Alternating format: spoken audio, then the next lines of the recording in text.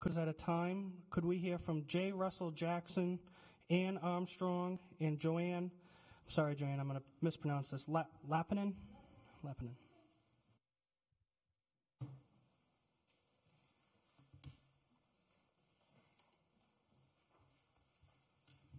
Welcome back to the House, Mr. Jackson. Thank you, Mr. Chairman. Good evening, members of the committee. It's good to see you all again. I'm here through Ocean State Capital Consulting, and we represent responsible caregivers of Rhode Island. And we're here to testify in support of this bill. As was indicated by the previous witness, we believe that this legislation remedies an unintended consequence of legislation from last year, and it's certainly a step in the right direction. It allows the flexibility for caregivers to not only provide the right kind of medicine that they need to, and the flexibility to grow different strains of this medicine. It also enables them certainly to have an appropriate limit if they're patients as well. So it restores the limits that existed previously in the law, and it also, we think, allows for the type of flexibility that these growers need to address the needs of their patients and give them quality plant medicine.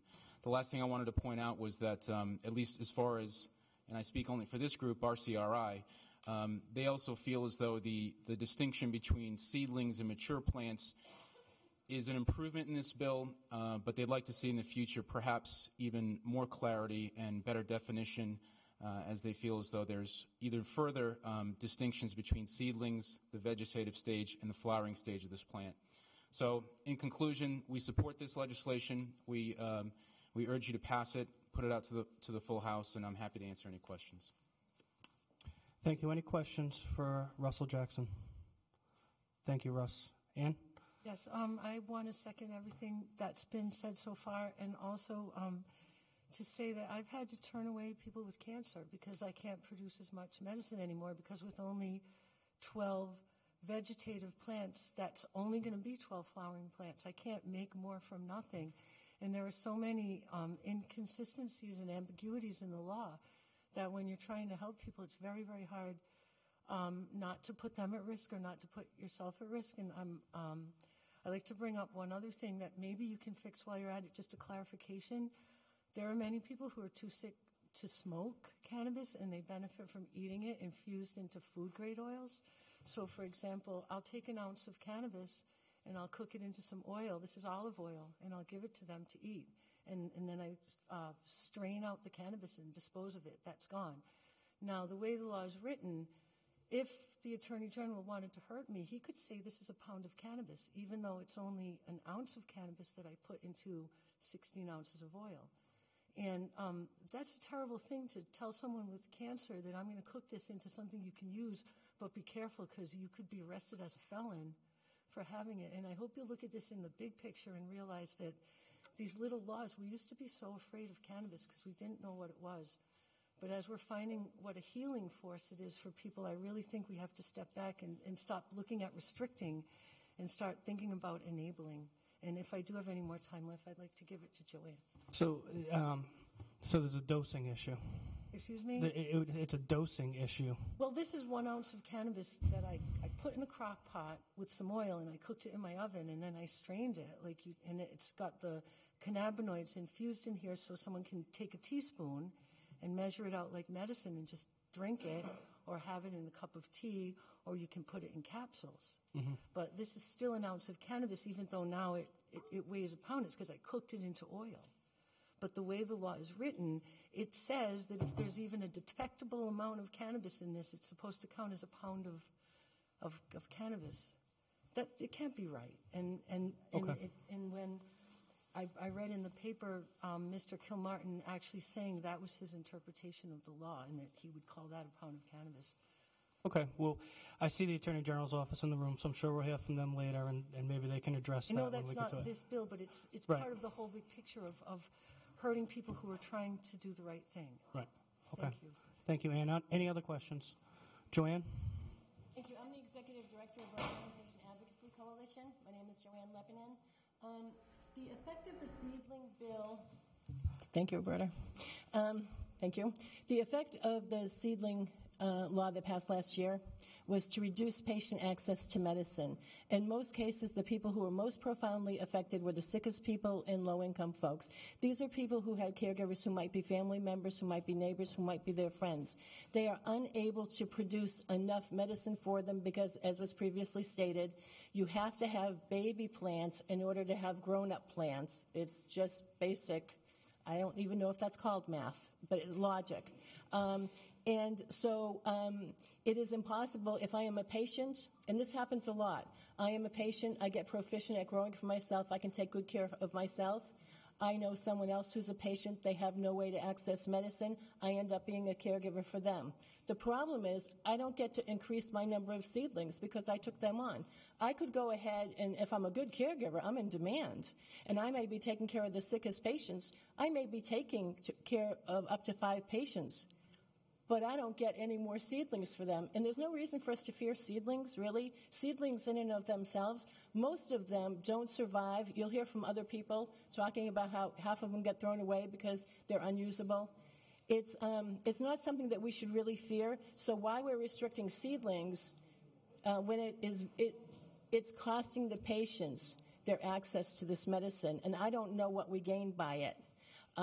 So we would really appreciate if we could restore. This is a very modest proposal. All we're asking is to restore it the way it was before September 1st, just for seedlings. It does not affect the co-op legislation at all. It's just for seedlings, just for people who are growing as individuals who are also patients and caregivers. And I've got to tell you, patients can make the very best caregivers because they get it. So I urge you to support this bill. Thank you very much.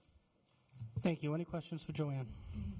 Thank you. Could we hear from Alan Gordon, Herb Anthon, and Roland Gorvin? Sorry if I mispronounced any of those.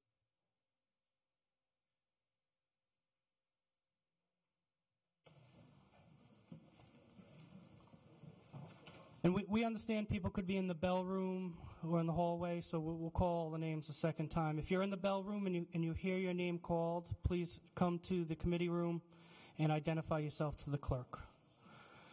Sir, if you're ready, you may begin. Please just let us know your name. Thank you. Is this on? I am Alan Gordon from the New England Cannabis Anti-Discrimination Task Force, and I want to sort of second what testimony has already been offered, but I just want to offer a little more detail. I am a cannabis grower for quite some time. I'm a felon from the state of Georgia who has been fully pardoned. I've got a technical paper about cannabis, peer-reviewed and published scholarly under my belt, so I'm not just a fly-by-night guerrilla grower. And I just wish to point out that this bill should probably be amended so that at least double the number of seedlings are allowed compared to the mature plant count. And that is because female cannabis plants are desired. The plant is dioecious, meaning it has a male and a female form. Well, generally, with some rare exceptions, a seed is going to produce a plant which you can't tell what gender it is until it begins to flower. So 12 seedlings does not equal 12 mature plants.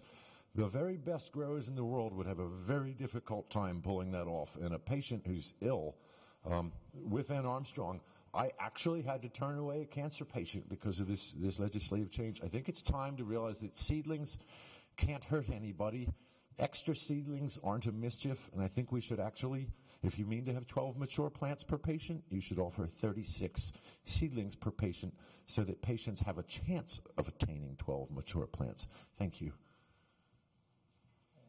Thank you. Any questions for Alan? Thank you. Sir? Yes, hi. My name is Herb Anthony, related to Susan B. I'm here to express my views on the whole system of licensing and stuff. I'm on disability. I had my medical card. It only cost me $15 the first time I got it because it was paid for. The doctors was paid for. The visits were paid for by medical insurance. I'm finding it impossible to find a doctor now. And I cannot afford what I call extortion prices because now my alternative is to go to a consulting company or firm, whatever you want to call them, which they charge a fee. They have a doctor come in, set up a laptop. I mean, to me, this is like the people who need it the most can afford it the least. I mean, I out of my disability check, I pay over 70% for my rent because I'm not in subsidized housing.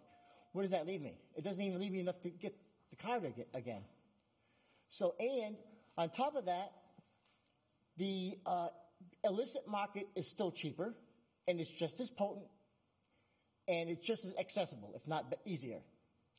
So, I think we should just repeal it. There's no reason why you cannot continue the medical marijuana. That's still a medicine, and it should be, actually, the federal government is actually in the process of introducing a bill to reschedule it, so insurance will pay for it. So therefore, this is all very well, it's a nice process that you're doing, and it's very compassionate, as long as it remains towards the patients, and there's nothing wrong. I mean, to me, the word, not the word cannabis, the word recreational use, it should be social.